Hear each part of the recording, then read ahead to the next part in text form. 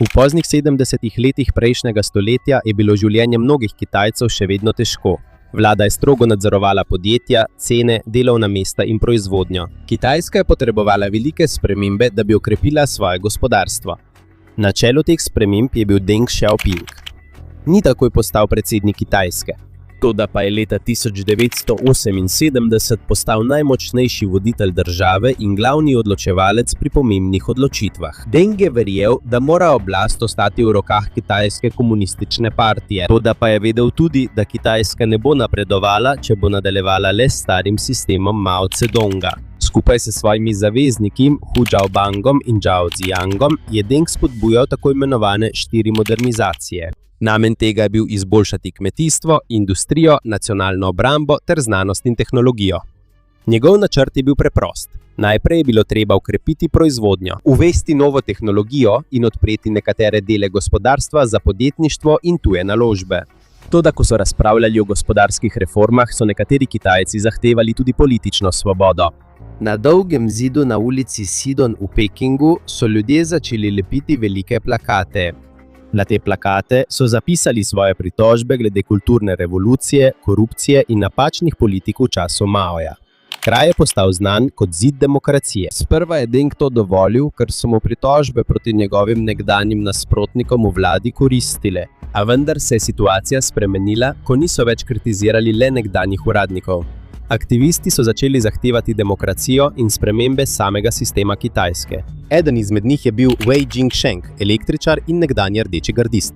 Decembra 1978 je na zid demokracije obesil esej z naslovom Peta modernizacija. Povedal je, da modernizacija kmetijstva ni dovolj, industrije, vojske in tehnologije. Po njegovem mnenju, Kitajska potrebuje tudi demokracijo, da bi se življenje ljudi resnično izboljšalo. Odgovor vlade je bil jasen. Wei je bil aretiran in kasneje obsojen na 15 let zapora. Prijeli so tudi druge aktiviste, ki so zahtevali več svobode. Tu je Deng pokazal omejitve svojih reform. Pripravljen je bil spremeniti gospodarstvo, vendar ni dovolil, da bi komunistična partija izgubila nadzor. 19. marca 1979 je predstavil 4 osnovna načela. V njih je zapisano, da bo Kitajska ostala socialistična. Še naprej jo bo vodila komunistična partija in ne bo opustila temeljnih idej Marksa, Lenina in Maa. Preprosto povedano, način zaslužka se lahko spremeni, toda sistem vladanja ostaja enak. Hkrati je Deng začel krepiti odnose Kitajske z drugimi državami. Leta 1979 je obiskal Združene države Amerike. To je bil prvi obisk glavnega voditelja Ljudske republike Kitajske v tej državi. Potem, ko je Kitajska leta 1949 postala komunistična država, si je prizadeval pridobiti tujo tehnologijo, naložbe in nove poslovne partnerje. Od tu naprej so uvedli sistem imenovan socializem s kitajskimi značilnostmi. S tem niso popolnoma odpravili socializma. Vlada je še vedno ohranila velik nadzor nad gospodarstvom. Vendar so dovolili nekatere tržne dejavnosti. Nekateri kmetje so dobili več svobode pri odločanju, kaj bodo sadili. Dovolili so tudi mala zasebna podjetja. Postopoma so sprostili nekatere nadzore cen in odprli Kitajsko za tuja podjetja. Spremembe so bile previdne. Celotne države niso takoj spremenili. Namesto tega je vlada izbrala nekaj območij, ki bodo služila kot preizkusno okolje za nov sistem. Te so imenovali posebne ekonomske cone. Na teh območjih je bilo tujim podjetjem lažje poslovati. Obstajajo davčne ugodnosti, bolj sproščena poslovna pravila in večje možnosti za postavitev tovarn. Med prvimi posebnimi ekonomskimi conami so bili Shenzhen, Zhuhai, Shantou in Xiamen. Uradno so bila ustanovljene leta 1980. Shenzhen so izbrali, ker je blizu Hongkonga, ki je bil takrat veliko poslovno in mednarodno trgovsko središče. Xiamen pa leži na nasprotni strani morja od Tajvana. Deng je želel uporabiti ta območja za preizkus, ali je mogoče združiti strogo politično kontrolo in bolj odprto gospodarstvo. Če bi eksperiment propadel, bi bila škoda omejena. Če pa bi uspel, bi ga lahko razširili na druge dele Kitajske. In prav to se je zgodilo. Začele so prihajati tuje investicije, gradile so se tovarne in delovnih mest je bilo vse več. Shenzhen, ki je bil nekoč majhen in nerazvit kraj, je postal eno najpomembnejših poslovnih in tehnoloških središč Kitajske. To je bila velika sprememba pod Deng Xiaopingom. Kitajske ni naredil za demokratično državo. Namesto tega je odprl vrata za poslovanje in tuje naložbe, hkrati pa ohranil strogo vodstvo komunistične partije. Ta kombinacija je postala temelj hitrega gospodarskega vzpona Kitajske v naslednjih desetletjih. Kljub temu so nove gospodarske cone Kitajske hitro rasle in ustvarile veliko delovnih mest. Delovna sila je bila poceni, nekateri davki so bili nizki in poslovna pravila so bila bolj sproščena v primerjavi z drugimi deli države. Hkrati so se spremenile tudi kmetijske prakse na podeželju. Postopoma so ukinili stari sistem, v katerem so kmetje delali skupaj in je vlada nadzorovala skoraj ves pridelek. Vsaki družini so dali zemljo, ki so jo lahko obdelovali, in dovolili so jim prodati presežek pridelka, potem ko so oddali potreben delež vladi. Ker so imeli možnost zaslužiti več, so se kmetje bolj trudili povečati svoj pridelek. Do sredine 80-ih let je skoraj vsako podeželsko gospodinjstvo že uporabljalo ta novi sistem. Tudi proizvodnja hrane se je hitro povečala. Univerze so bile ponovno odprte in sprejemni izpiti, ki so bili ukinjeni med kulturno revolucijo, so bili ponovno uvedeni. Veliko študentov, učiteljev in uradnikov, ki so bili prej poslani na podeželje, so se lahko vrnili v mesta. Toda ko je Deng Xiaoping urejal gospodarstvo, je medtem izbruhnila vojna v sosednjem Vietnamu. Tako Kitajska kot Vietnam sta komunistični državi.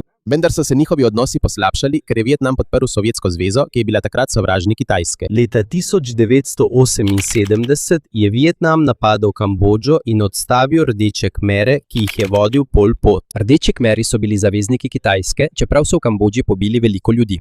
Zato je Kitajska leta 1979 kot povračilo napadla severni Vietnam.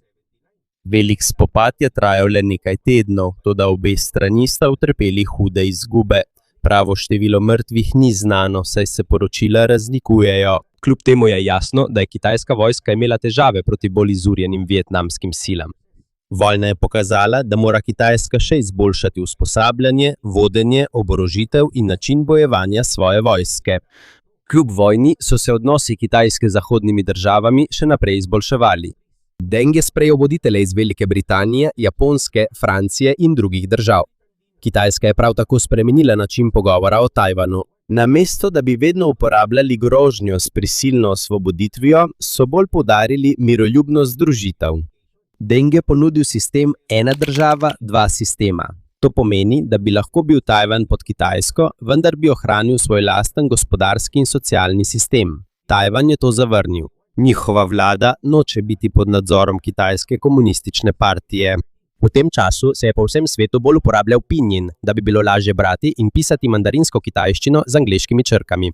Zato se je nekdanji naziv Peking spremenil v Beijing. Toda znotraj Kitajske je komunistična partija ohranila strog nadzor. Ena največjih težav, s katerimi se je soočila, je bila hitro rastoča populacija. Od ustanovitve Ljudske republike Kitajske leta 1949 se je smrtnost zmanjšala zaradi izboljšanja javnega zdravja. Hkrati so takrat družine spodbujali, naj imajo veliko otrok. Zaradi tega se je prebivalstvo Kitajske v samo nekaj desetletjih skoraj podvojilo. Zaradi tega so leta 1980 strogo uvedli tako imenovano politiko enega otroka. Za številne družine je bil dovoljen le en otrok, čeprav so obstajale izjeme, odvisno od kraja in okoliščin. Tisti, ki so kršili pravilo, so lahko bili kaznovani z denarno kaznijo, izgubili službo ali bili kaznovani na druge načine.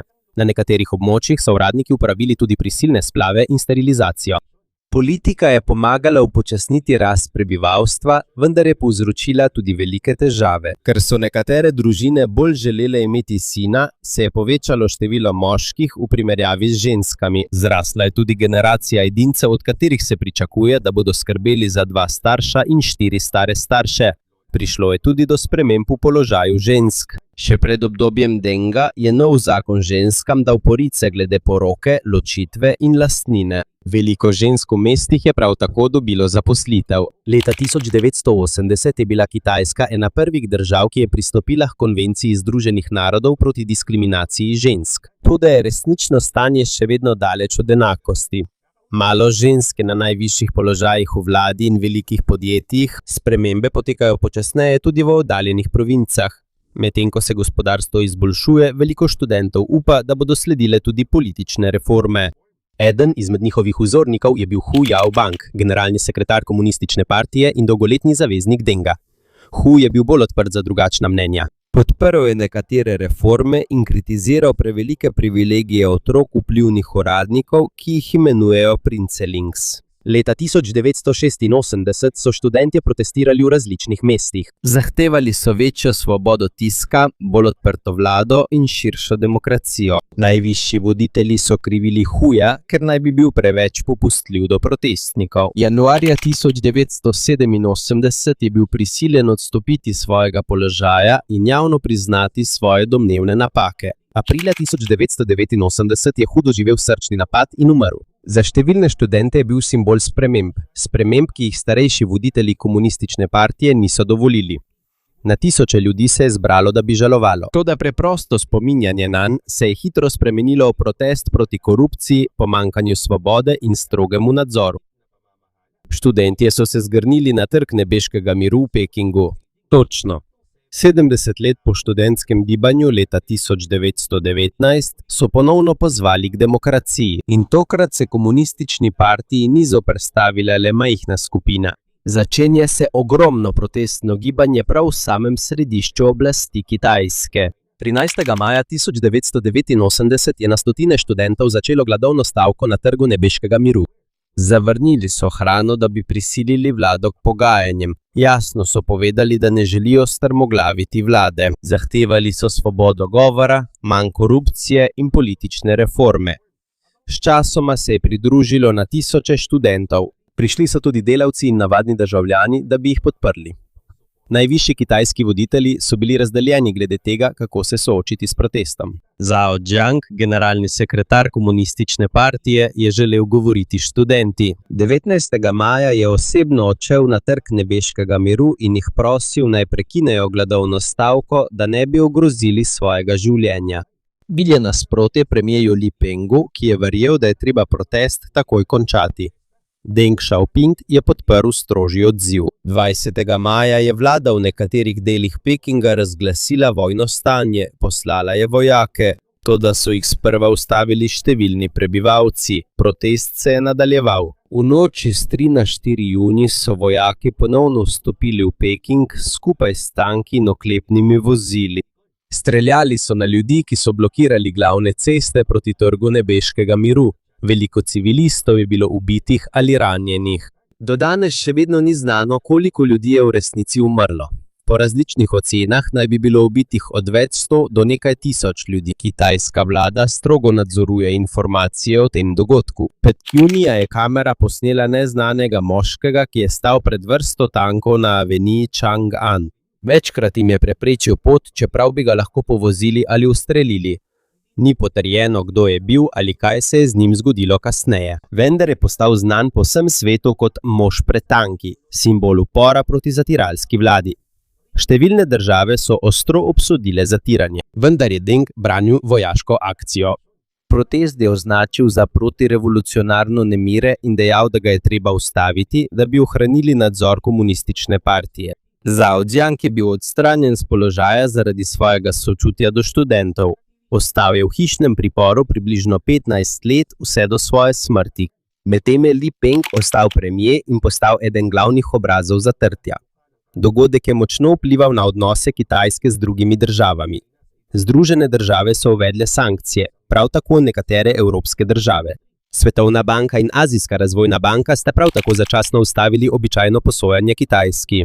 Zmanjšalo se je tudi zanimanje nekaterih tujih vlagateljev. Medtem ko se Kitajska zaostruje, pa se na Tajvanu dogaja ravno nasprotno. Tam so leta 1987 odpravili vojno stanje. In postopoma so se širile svobodne volitve in politična svoboda. Hkrati s tem je njihovo gospodarstvo hitro raslo. Še posebej na področju tehnologije in proizvodnje računalniških čipov. Po zatrtju na Trgu nebeškega miru je tudi zagon gospodarskih reform na Kitajskem oslabel. Ponovno so okrepili svoj vpliv konzervativni voditelji, ki so se bali, da bi hitre spremembe lahko privedle do politične nestabilnosti. Toda Deng ni dovolil, da bi se država popolnoma umaknila. Leta 1992 je pri 87 letih potoval po južni Kitajski. Obiskal je Shenzhen, Zhuhai, Šanghaj in druga mesta, ki so hitro obogatela zaradi gospodarskih reform. To so poimenovali južna turneja. Tam je uradnike spodbujal, naj pospešijo odpiranje gospodarstva, razširijo podjetništvo in ne dovolijo, da bi stare komunistične ideje ovirale razvoj. Za njega ni pomembno, ali je neka metoda videti socialistična ali kapitalistična. Pomembno je, ali pomaga gospodarstvu rasti in izboljšuje življenje ljudi. Zaradi njegovega močnega vpliva je gospodarska reforma ponovno postala glavna usmeritev Kitajske. Tukaj je nastal neuradni dogovor med komunistično partijo in prebivalci. Vlada ljudem ne bo dala široke politične svobode. V zameno za to je obljubila zaposlitev, razvoj, boljše življenje in vrnitev Kitajske kot močne države. Leta 1992 je komunistična partija uradno poimenovala kitajski sistem kot socialistično tržno gospodarstvo. To pomeni, da je vlada ostala komunistična, vendar je trg imel več svobode pri določanju cen in vodenju podjetij. Veliko državnih podjetij je bilo prestrukturiranih, prodanih ali zaprtih. Hkrati se je hitro povečalo število velikih zasebnih podjetij. Gospodarstvo je hitro raslo. Po podatkih Svetovne banke je od začetka odpiranja Kitajske skoraj 800 milijonov ljudi ušlo iz skrajne revščine.